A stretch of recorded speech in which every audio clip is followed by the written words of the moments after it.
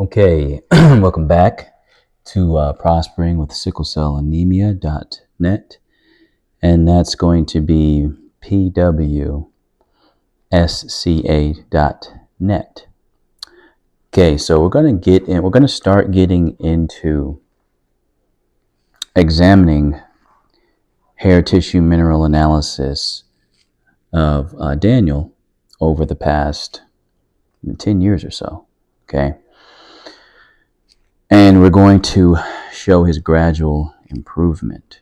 All right. And again, we want to get more clients, sickle cell clients, so that we can do more research and development, and that we can enhance the genetic development, enhance the genetic efficiency and potency of our cells, or of your cells, and of your DNA in and of itself. We want to be able to turn on and activate that junk DNA, okay, that they say is junk DNA, but it can also be referred to as epigenetic DNA, a classification that has been talked about over the past few years, maybe 10 years or so, epigenetics, okay. But first we're going to talk about the sodium-potassium ratio. We'll go over, especially this one, we'll go over a little bit later, okay? Maybe in the next installment. The sodium-potassium ratio in the body is called the vitality ratio. I have an article on the sodium-potassium ratio. If you go to the website, click on blogs, you'll see that article. Now, it's called the vitality ratio because it is considered the most important ratio on a hair tissue mineral analysis, because it gives so much information, so many indicators of overall health, overall vitality of the cells, overall protein synthesis, whether the body is able to rebuild itself in the proper way, in the efficient time, and that the body is not in a catabolic state, or the body is not breaking down faster than it's building up. So we'll go over a few things here. So the sodium-potassium ratio is referred to as the electrical potential ratio as well, okay? So if you think about your cell, all the cells of the body, right? There's something that's called a sodium-potassium pump, okay? So sodium is extracellular, or it sits outside the cell. Potassium is inside the cell. Now, there's a pumping system mechanism that pumps out potassium, pumps in sodium, and it exchanges, okay? Now, the ratio of sodium-potassium, that's what's important. The ideal ratio is around 2.5. I think it's between 2.5 and 4 is ideal. That means that you've got a good amount of electrical potential. And what's electrical potential? Power. That's energy, okay? Now, it's internal energy, meaning energy to do the processes of the body from the inside, all of the chemical reactions, all the changes, the conversions, all right, that enables us to produce the enzymes, the proteins, and all the different biosynthesis that need to be produced in the body, okay? Now, we talked about the calcium-magnesium ratio in a previous video, okay? That's going to give you your energy that you need to produce on the outside world. It's more related to your blood sugar, okay, your blood metabolism.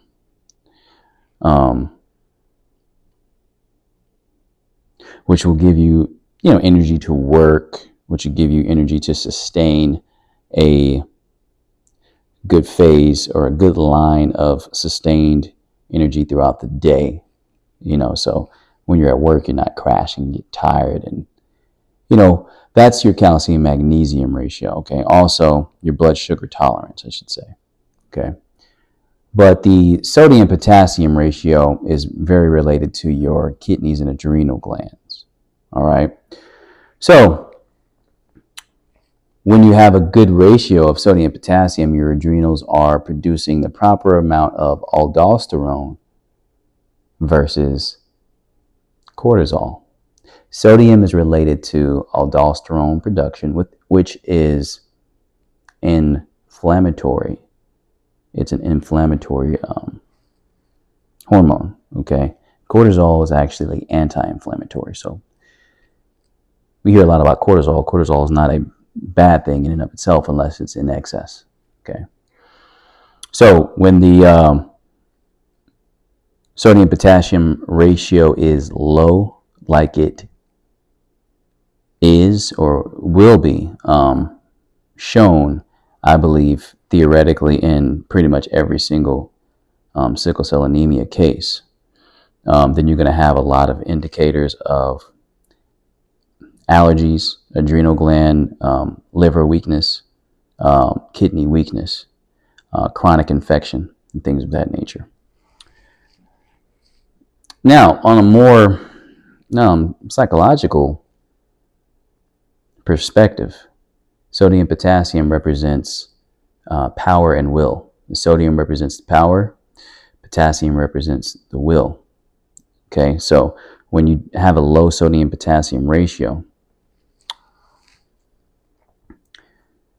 it transfers into a lot of negative thought processes, a lot of negative emotions.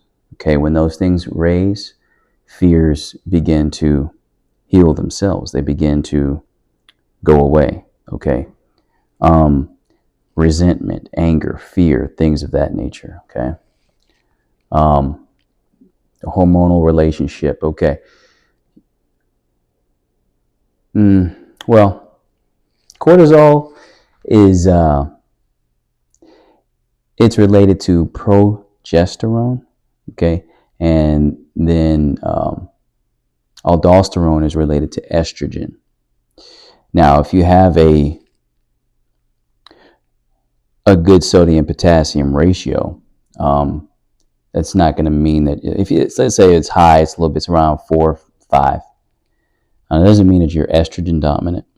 It just means you have a lot of power. Now, the most people, especially women, and especially if you are taking a lot of different drugs, medications because of the sickle cell anemia, that is going to possibly will cause a copper imbalance. And it will possibly cause a toxic form of copper to accumulate in the body, which can cause estrogen dominant related illnesses in women and also in men, especially pertaining to thought processes. The thought processes of constantly and chronically thinking negativity. So yeah. Tissue breakdown or catabolism indicator. So low sodium potassium ratio indicates that the tissues are being broken down, but they're not being built up fast enough to replace. So you're in a state that could be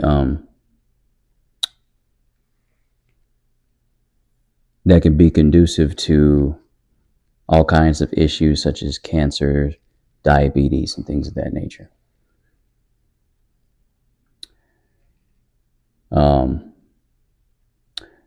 A low sodium potassium ratio is also an indicator of high levels of stress. Okay, because you're in more of a degenerative status. Okay. Now, what's the main thing that I believe causes the sodium potassium ratio to be so low? I believe it's toxic metals, toxic chemicals and toxic metals in the cells themselves. Okay. Now you can get for example, you can get a blood work done. Okay. And your toxic metal levels might not even be elevated.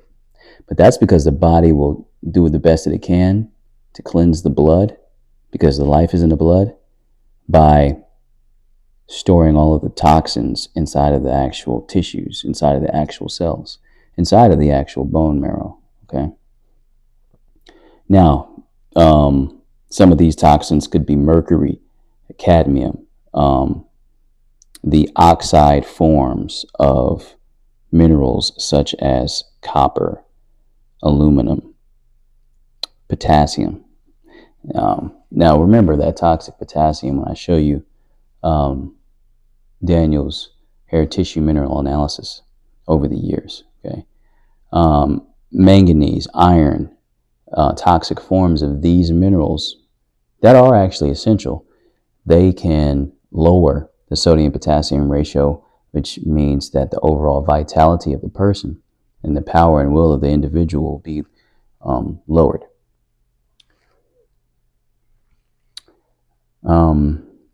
Okay, so sodium, potassium, and cancer. Cancer is associated with a low sodium potassium ratio. It's associated with excessive iron, which is going to be a toxic form of iron, or what we call biounavailability. So, iron is necessary for the body. We get that in our beets, when we do our beet juice, our carrot juice. But if it's biounavailable, it's in an oxide form molecularly, which that just means that the body cannot absorb the nutrient properly or use it properly. Okay? So what happens is a toxic form of a good mineral, such as iron, will do damage to the body. Okay? And such as copper, especially, will do damage to the body. And it will cause chronic infections and things of this nature. Things that we see in sickle cell anemia. All right, we'll stop here.